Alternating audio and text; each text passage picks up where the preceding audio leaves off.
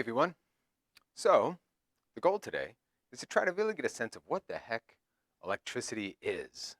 Anyways, you've been flipping light switches and turning on the TV since you were little kids, but have you ever really thought about what's actually going on? Now, for a lot of you, the answer is yes. That's why you're in this class. That's awesome. But for a bit, I'm going to pretend like you don't know anything, even though I know you do.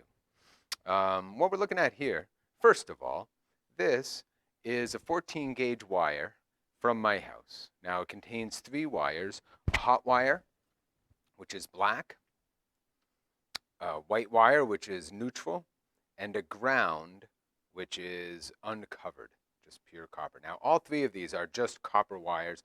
They just have a different insulating coating on them so that you can tell the difference when you're hooking up a circuit. Now I'm going to take this wire out and point out a couple things.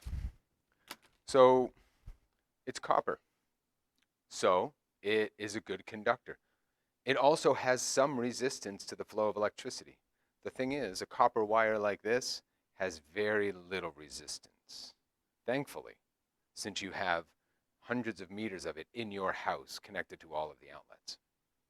Now each one of those outlets is essentially a dead end where the circuit stops until you plug something into the outlet, which then completes the circuit. So if this copper wire, if I were to connect that to my variable power supply, now this takes alternating current and it just changes the voltage. I can do that by just turning the dial here. What does matter is we're able to change the voltage. Now even at a low voltage, let's say 10 volts, if I were to connect this copper wire to each lead, it has such little resistance that a lot of current would flow. V equals IR. Now, since the resistance is very low, the current would be very large, which isn't safe. It could heat up other wires in the house and cause a fire. So that is a definite no-no.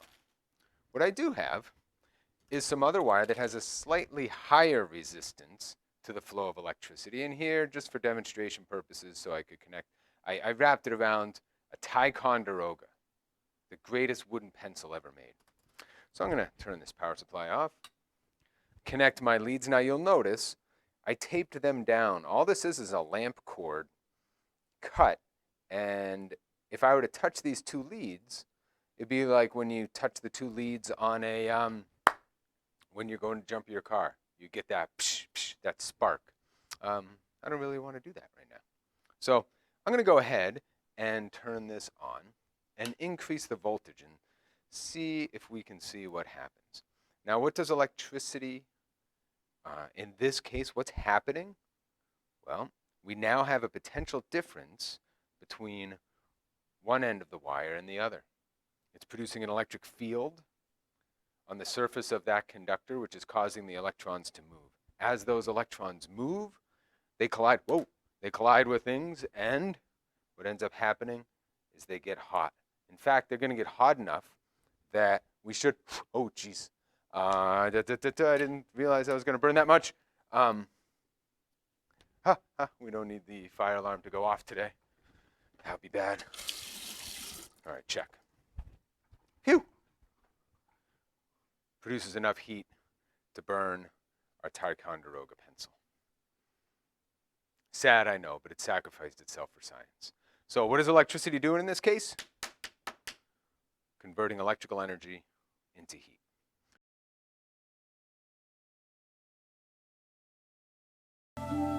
Inside a metal, electrons constantly move in all directions. Here, just a few of them are represented as dots. They orbit through the metal as if it were one giant molecule. This kind of flow encounters no resistance, nor does it create a net flow in one end and out the other.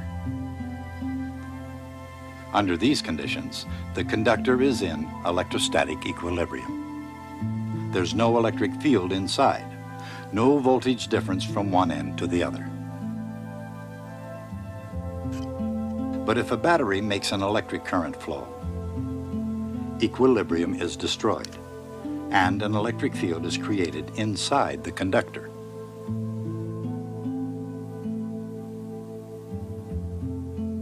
Inside a perfect crystalline metal, if a sample of it could be found, the mobile electrons would continuously accelerate, like a penny falling in a vacuum.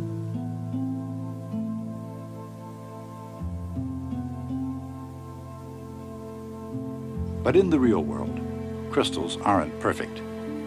They have defects and impurities, and their atoms vibrate with thermal energy. Electrons, accelerated by the force of the electric field, bounce off each imperfection, behaving somewhat like a ball in a pinball machine. All that bouncing, all that stopping and restarting, produces the resistance that prevents the electron flow from building up speed.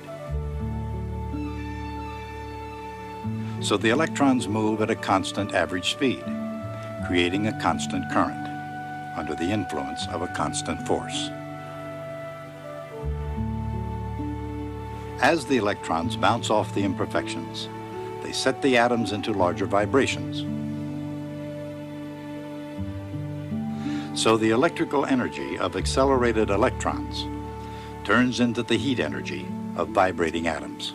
Now, I can see an even better illustration of that. Instead of burning a beautiful Ticonderoga, if instead I hook up this heating bulb. Now, this is something like what you might find somebody trying to use to heat their house. This is an extremely bad idea. Talk about a fire hazard. But basically all it is that coil of wire wrapped around a ceramic piece. A kiln does something similar. The kiln in my basement is a series of wires like that inside a large container. It takes up to 60 amps of current though. Now, as I increase the voltage, what'll happen is the charges will convert more and more potential energy into kinetic energy as those electrons that are moving strike atoms in the material. That kinetic energy will be converted into thermal energy. And if I keep increasing this, I think we'll see in a little bit that that thermal energy will become great enough that we should see it start to glow red. I'm going to take a moment and shut the lights off. And at this point, it's still not looking very red, but if I turn up the voltage here, but as I increase that voltage, I can feel this thing getting hot. In just a moment, you should start to see it glow. Let's see. That'll happen. It's definitely getting hot. Yeah. Now it's getting hot enough that those molecules are vibrating fast enough that they're emitting light in the visible part of the spectrum. So what do we have here? Yeah, we have a light bulb.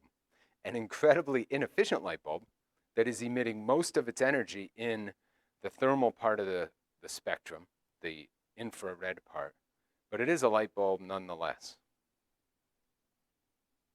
Now I'm going to carefully put this down. I have been afraid for years that I'm going to have that thing tattooed and burned into my hand. So I'm going to set that aside. So, what is a light bulb? Honestly, a light bulb is simply a resistor.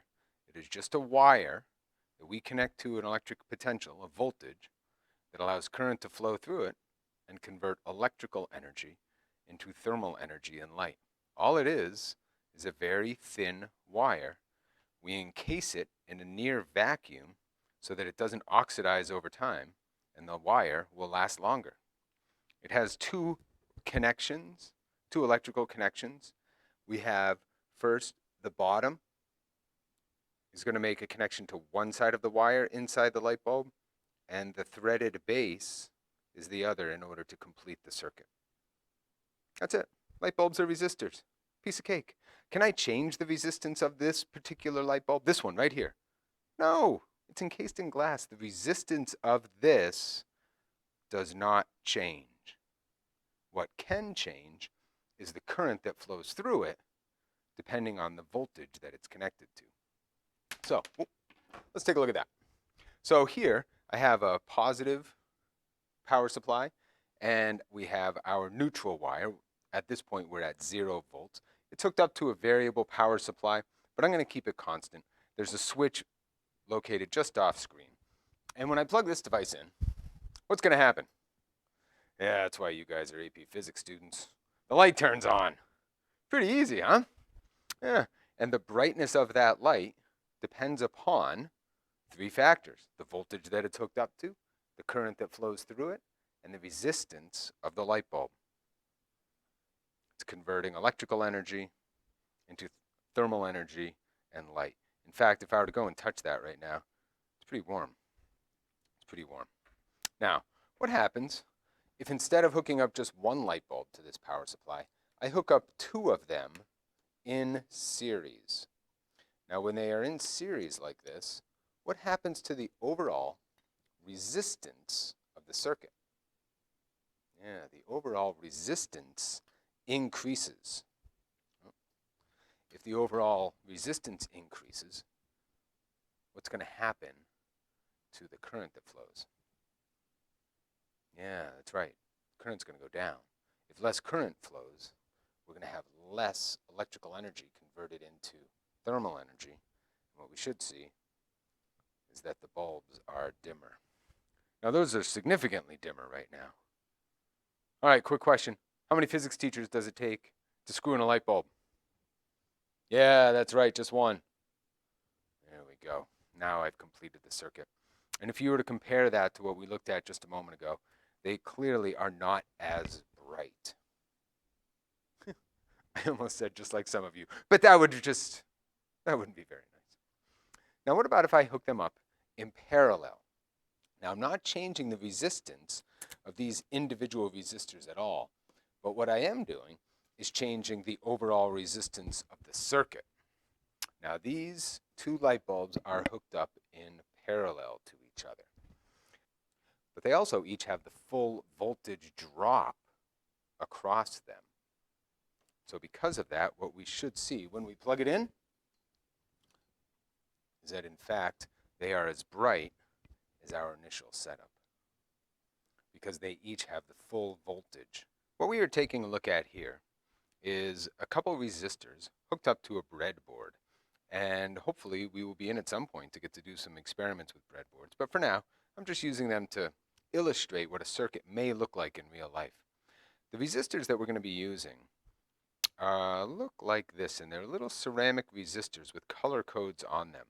They have slightly different resistivity, different materials that they're made out of, so that they would have a set resistance. If we take a close look at this one here, these two resistors are hooked up in series, and electricity is going to flow.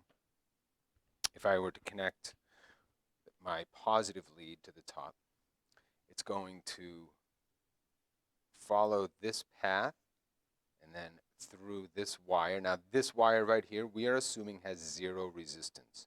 The electricity is then going to pass through the first resistor and through the second resistor, and the current through both of those resistors is the same. It's the only path for the electricity to follow. So the current is going to be the same.